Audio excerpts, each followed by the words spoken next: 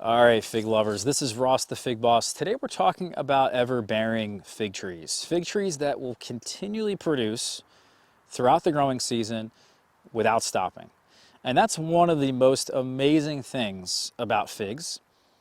They actually will produce figs as the tree grows. They produce figs on the new growth. So every leaf that your fig tree can produce could correspond to a new fruit. And that's amazing because most other fruiting plants don't do that. In fact, there are no other fruit trees that I know of, maybe other than the mulberry, where you can prune it and trick it into fruiting again. But generally, I have found the fig is pretty much producing over a longer season than almost any other fruit. And to me, that is amazing here in my Philadelphia area climate. I actually have a 6-month window of no frost from May to November. And in that time, I've been getting fruit for the last 4 months. We're almost at November, and my fig started this year, July 1st. So 4 out of the 6 months of my growing season, I have been getting figs to ripen in my yard. And there are about 4 trees in the yard that have been doing so, with some pauses here and there. But basically for the last 4 months, just the 4 of those trees, continuously. So what I want to tell you though, is that because I have so many of these trees doing that, it's not variety specific. Certainly there are varieties that will produce a Breba crop. So I am counting the Breba crop in that, which starts July 1st here in the Philadelphia area. Not every variety will produce a Breba crop. So, certainly you need a Breba crop to get that extra month of production. But if I live somewhere really warm, like let's say Louisiana or Florida, I don't necessarily need some really special variety. All I need is the long season that I have, a lot of excess of soil moisture, and the tricks that I'm going to show you guys in this video. This is really easily reproducible, and you guys too can have fig trees that produce over a very long period of time. What I want to show you guys first is we're going to talk a little bit about the rules of how to do this. Some things you need. You need to have these check boxes checked. If you don't have them checked, you're not going to succeed with this. Then I'm going to show you guys the actual pruning technique, and then at the end we'll show you guys the trees that have this ever-bearing habit to them. All right, so now let's talk about some of the check boxes that need to be checked for this to work. As we said, we need to have our fig tree grow. If the fig tree doesn't grow, it's not going to continually produce, because every new leaf that the fig tree produces could correspond to a new fig. So the trick is just to try to get it really to grow. And one of the best ways to get your fig tree to grow is to make sure it has enough soil moisture.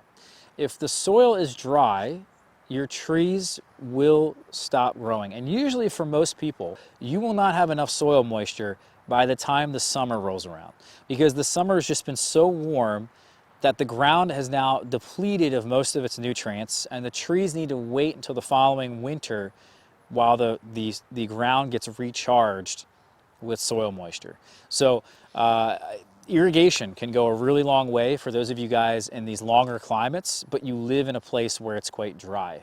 So Arizona, West Texas, parts of the Pacific Northwest, Southern California, yada, yada, yada. You guys definitely cannot make this work without enough soil moisture. Some people might say that, all right, well, what about fertilizer? What about sunlight? Yeah, give it sunlight. You want to plant it in a warm spot. You want to plant it in as much sun as possible.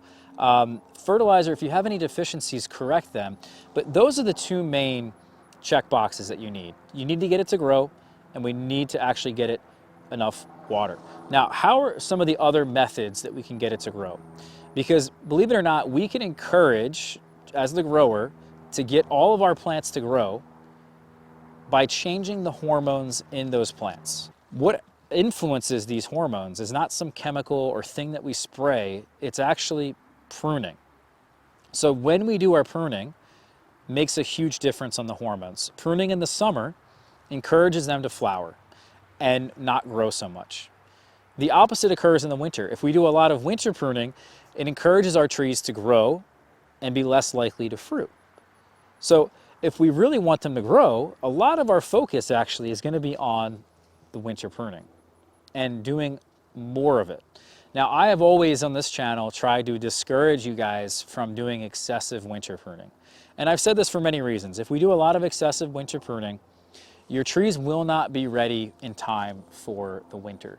And so your branches will not harden or lignify in time. And if that occurs, you will not have a good time going forward with the hardiness of your tree. So if it can withstand 0 or 5 degrees Fahrenheit for short periods of time, if it's not lignified properly, it won't even go down to 15 or even 20. It'll take damage, and you'll have this repeated cycle happening. And so a lot of people, what ends up happening is they have too much of that winter damage or too much of that winter pruning that they do, and the trees the following year don't want to fruit. So you need to really learn the fig variety that you have, and you need to figure out what that right balance is of winter pruning to get your fig tree not only to produce good, but also at the same time to continually grow so that you guys can get this ever-bearing habit to happen. Now, one of the things we can do in the summer is actually called reverse pruning, summer pruning, topping, nipping. There's so many names for it. And this can happen in so many other plants, right? A basil plant, we take the tip off of a basil plant, it encourages it to branch out. You can do the same thing to a pepper plant. People have been saying that for years. Tip the pepper plant, it sends out a lot of different branches. You can do the same thing with a fig tree, and what that'll encourage the fig tree to do in the summer during the growing season is you take the tip off with your thumb, and that encourages it then to start sending out new shoots. And when you get more of those new shoots that happen and that will continually grow throughout the season, it'll form another crop of figs. And if you do that right, you will have exactly what you see here. Limited winter pruning that I'm doing with the combination of reverse pruning or summer pruning, just by removing some of the tips, I'm able to get these figs to continually produce, some of them to continually produce for the entire season. So the other thing we can do is excessive winter pruning. So as I said, we can come in here and actually do the wrong kind of pruning that I would recommend, but instead of doing thinning cuts, which is what I normally recommend, I would actually recommend heading cuts. And so heading the branches back by 1/3, by half, is probably what you want to do. Start out with 1/3, see how your tree responds the following year. If that's too much, your tree isn't fruiting, then cut it back by less. Instead of 1/3, take out 1/5 of the new growth. Now, some of you guys may have a fig tree like the one behind me that no matter how much you prune it, it can still fruit. And so Ronde Bordeaux has this amazing ability with its hormones inside of it that it's almost always in balance. So you can hack the crap out of it and it'll still continually fruit year after year. And it'll fruit all throughout the season. So a tree like this, I may even get away with, instead of bringing the new growth from this season back by 1/2, I may even be able to bring it back by like 90%. You know, and certain people have trees that are grown as low cordons or Japanese espaliers. There's plenty of people out there that are doing that, and they bring all that new growth that they have, and maybe it might even be 10 feet in length. They'll bring that back to only a couple nodes. And then the following season, it will actually fruit. So that's a really easy way to get your fig tree to become everbearing. It will just not stop growing and fruiting by simply controlling the hormones, having enough soil moisture. It's really that simple. So here's a couple trees. This is actually Moro de Caneva here. You can see some nice fruit set after we had pinched it right there. So it had formed a secondary branch. Not a whole lot on the secondary branch, but the main branch continued and now is fruiting again. We have this Ronde Bordeaux, it's the same thing. This one here is ready. And then it has formed a fork here and put out more growth and more figs. Here's more Ronde Bordeaux figs. I had said earlier in the year that this tree I think was going to produce close to 500. I don't think we hit that. I think it's more like 400, but still that's pretty impressive for a tree of only about 7 feet by 7 feet. We also have this sultane tree back here, which is forming a rather late crop of figs after pinching it. You can see that up there, and also again up there. So summer pruning, nipping, topping. Here's the same thing here with this Brianzolo Rosso. Got some figs ripening up there. We were able to top this here, and you can see how it's responded. Same thing up there. Lots of continuous growth. Here's a way that you know your fig tree is in that balance of hormones. Look at all this new growth here that starts from the base and it goes all the way up 8 feet.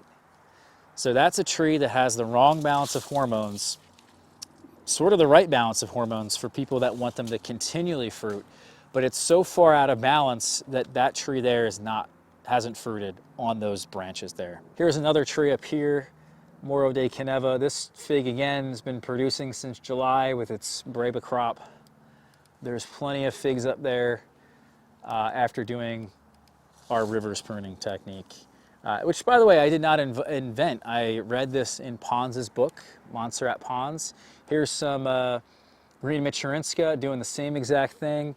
We even have some Langue de Hoop back there that are continually fruiting. Also LSU Champagne up here, a really long, lanky shoot. So the longer and lankier the shoots are, the less branching that you see, the further the node spacing is.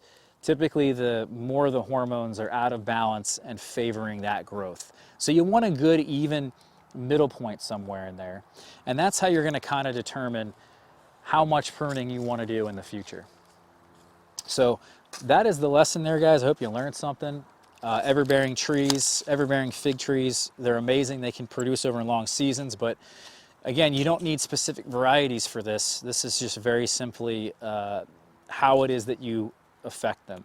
The kind of pruning that you do and the soil moisture that you have is really the only two keys to making this work, and everybody can reproduce it if you do that. So thanks for watching. Hit the like button, hit the subscribe button. We'll see you for the next one, all right? Take care.